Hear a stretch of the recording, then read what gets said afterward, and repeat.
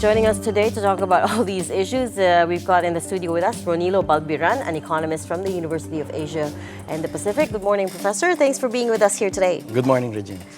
There is so much to talk about, honestly. Let me start with the news from the weekend, which is the budget bicam deliberations. As you heard me read, there's now an impasse over the DPWH budget. But overall, what is your assessment of it? Well, first and foremost, it's a good news for all of us that they are actually televising the bicam now. Yeah. They attempted it last year, actually, and then they had a recess. Then let's move that. We move it to TWG meeting, and then everything was. And lost. then at some point, the media was asked to step out of the room. Yeah. I remember this. Yes. Yes. So hopefully, with vigilance from all of us, we can continue watching that particular bicam conference meeting, and we can actually take a look at the many very important budget line items that are being deleted along the way. So for me personally, I'm a advocate for the right of way payments. For example, for Filipino families that are affected by infrastructure projects. They took it up that for the last 3 years. Yes, they took it out again. Yeah, so that's something that all of us must actually be vigilant for, because you cannot have infrastructure development at the cost of Filipino families. I think the argument was that it was too bloated, it was a little too big. But tell us the perspective from the other side. You need those right-of-way payments in order to make, to get these infrastructure projects off the ground, right? Yes, I think for the last 3 years, if I'm not wrong, no? So for the last 3 years, the BICAM has, I think, cut the budget of DPWH from 30 billion to just a measly 1 to 2 billion pesos for 3 years. So it's almost 100 billion peso budget for right-of-way payments over the last 3 years that was cut. So you can only imagine the backlog of right-of-way payments being suffered by DPWH. I think DPWH has a huge legal department to actually settle the payments. But how can they settle the payments if they don't have the budget for it? So I think we cannot allow an additional another year of cutting the right-of-way payments just because you want to accelerate. What does that do? It delays the infrastructure projects, right? It delays, and then you will have to go to court. The expropriations court will actually have to either stop the government or etc. No? So it will just delay everything. And then in the meantime, you don't have the implementing rules and regulation of the new right-of-way law. It was recently amended, and now it's called the ARROW law, so Accelerated and Reformed Right-of-Way Law. Oh yes, ARROW. I remember this. And sadly, the particular provision in the ARROW says that you actually offer depreciated value for the structure. I mean, that's unheard of, but that's the wisdom of our Congress. No, it's never been done in ADB, World Bank, international agencies. But perhaps they did that because the budget for right-of-way payments had been cut for the last 3 years, and so you just have to ask discounts from the Filipino families, which is for me. Okay. so that's problematic for you. Any other red flags that you see in the budget? Or at least can you weigh in on this? I mean, the House and the Senate versions of the DPWH budget vary a lot, by roughly about 54 billion pesos. And they're now at an impasse because they're trying to reconcile that. One of the crux of the problem is the CMPD, the construction materials price data. What are you seeing there? There are two things. No? Number one, you want the DPWH to have larger budgets. Why? Because in the third quarter, infrastructure spending of government, it was negative 26.2. It dropped. Yeah, so, it and fell that's off the why cliff. our household final consumption expenditure has actually dropped for a 15-year low, minus the pandemic. And that's really a huge impact on our economy, and that's why our economy dropped to 4% in the third quarter. And that's why BSP is forecasting 3.8% for the fourth quarter, because this is a huge drop in infrastructure spending. So that's a combination of the corruption scandal sentiments, the lack of actual projects that are being implemented, and the lack of the disbursement. So you want DPWH to be building more, and that's why build better more. No? So, but On the other hand, we are actually trying to arrest the corruption side on the Yeah. margins, Yeah. too much fat in it. So how I wish, no, that Secretary Vince Dizon will really, no, become victorious in terms of actually reducing the fat and actually transforming it into actual road projects, bridge projects. For example, I think the maintenance budget of our national roads have been cut tremendously on the last 3 years. That's also not a good thing. That's not a good thing because we will have a problem over the next 5 to 10 years that our national roads, the main highways, are actually deteriorating, and then you will have to pour in more budget to actually rehabilitate, as well as you just have to pour in small amounts of money for the maintenance of the national road. That particular item has been cut by the bicam over the last 3 years. No? So we would want to restore that. So Secretary Vince Dizon, we actually want to get that 50 billion and then actually put it in the maintenance of our national roads, which may actually deteriorate over the next 5 to 10 years. I think that is the real tightrope that they're walking, right? Not just him, but all the other secretaries, which is that the fiscal space has to be cut, because what we've seen from this scandal is that there's too much fat to trim from there. There's too much pork. But on the other hand, how do you keep these major infrastructure projects going, right? How do you keep the economy chugging along if you don't spend on these public works? They have to keep on spending, and that's why I think over the last 2 to 3 years, I'm discussing with the experts why are we focusing on spending on flood control when we actually need water as resource for our irrigation, water supply, power generation.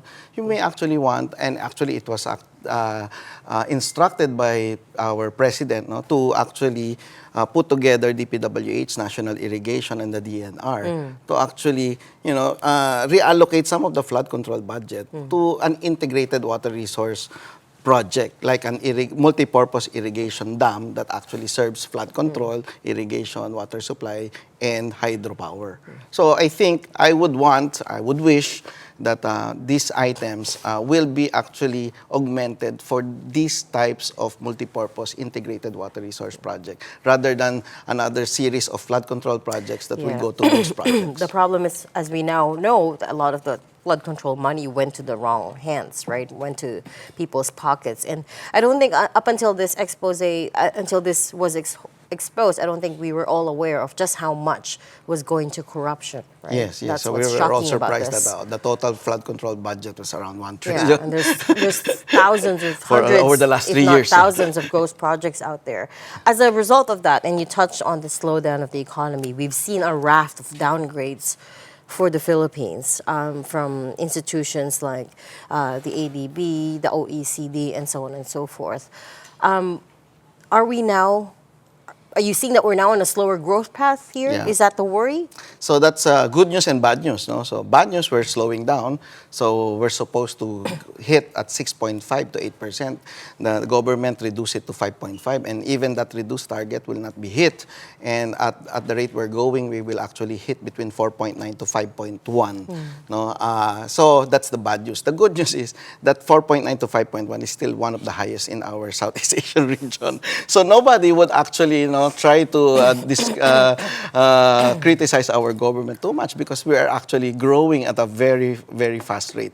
But we want it to grow by 8%. No? Yes, so that's actually the target. I know you think it's good news, but I have to counter that a little bit, because it's not. And I remember a time when the Philippines was the fastest in Southeast Asia, and then it became the second fastest next to Vietnam. And now we're talking potentially even third place. That's not a good thing. That's not a good thing. And that's not a good thing but when our national government promised that our poverty rate will be at a single digit by 2028.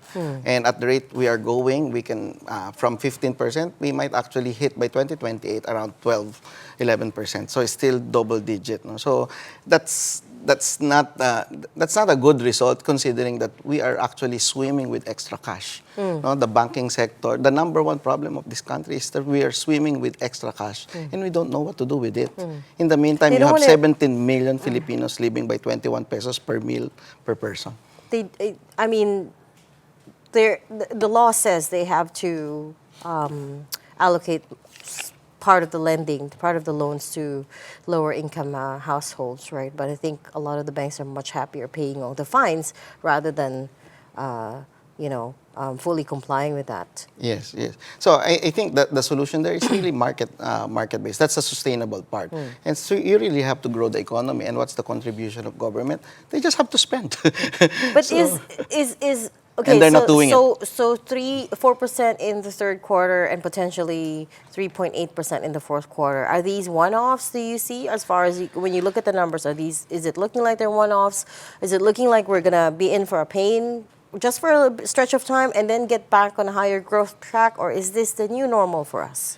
Well, 3.8% as a forecast of BSP might be too low personally. No? So, as I've been discussing with my colleagues from the university, so I think we will still hit 4.5 to 5% by the fourth quarter, considering that we have not felt the effect of the 13th-month pay and some bonuses, and then we have an unusually higher exchange rate for November and December, so that might actually rescue the multiplier of the OFW remittances to their families here in the Philippines, and some last minute foreign tourists coming here in the Philippines. So we're hoping that will actually catch the slack. At the same time, negative 26% of government infra spending in third quarter. Surely there's only one way out.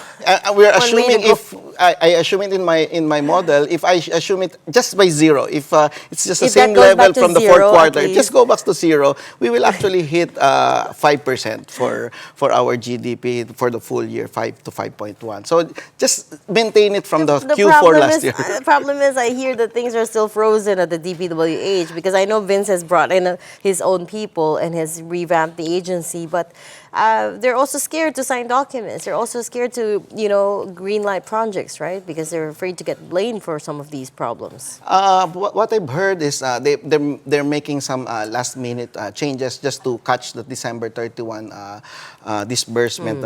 So I think they're making they're transforming some of their projects into what they call by administration, so that DPWH can just spend it through labor, through MOEs, fuel for the cleanup of the streets, dredging of major river basins. So I think I'm hoping, I'm praying for our government that they will be able to at least use up all that budget by December. Yeah. So we have practically 2 weeks to go, and They have to, otherwise it goes back to So there's no business. The government is in no business of saving our money because we've already paid it on time. They have to spend it on time. That's their major contribution to us. No? So I think last 2 weeks, come on, government, hurry up, spend them all, because that will have a huge multiplier, especially for infrastructure, the mother of all industries. Yeah, exactly. So it has a huge multiplier by 2.1. Yeah. No? So every peso spending by the government is multiplied by 2.1 times to our economy. So you're a bit more optimistic on that in that sense. Optimistic You're about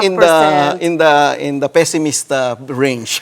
And therefore, which begs the next question, do you think the BSP should hold fire at this point? I mean, they have gone on 5 straight rate cut cycles, right? They should have cut 50 basis points last week. Right off the bat. Right off the bat. I mean, they can already see the signs. They themselves were pessimistic about our fourth quarter at 3.8. We were I not know, that it was pessimistic. 3.8. If you were more pessimistic, why didn't you cut it by 50 basis points and then arrest it towards April?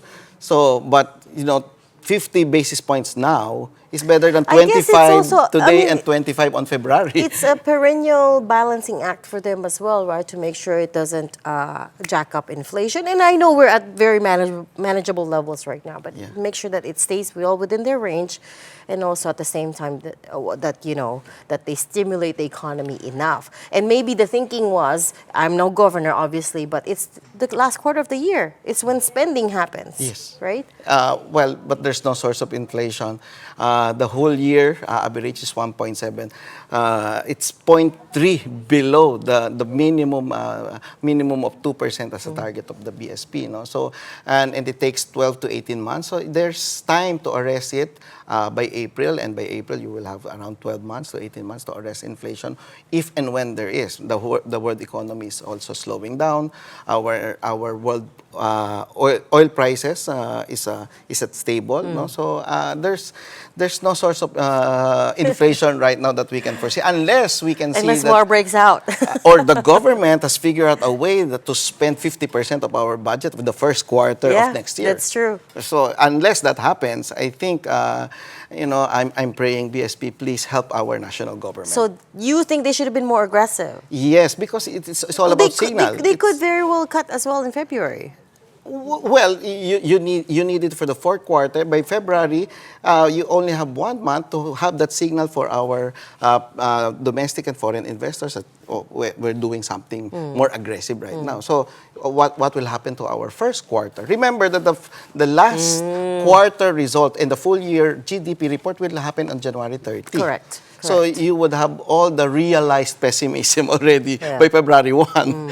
And then you will issue that 25 basis points by February. So cut big now, and then But they've you can already wait and cut see in 25. February. So let's all hope We'll see. for higher see spending. If, Governor Remolona changes his mind after this. But we'll leave it at that. Thank you so much for your time today. That was Professor Ronilo Balbieran from the University of Asia and the Pacific.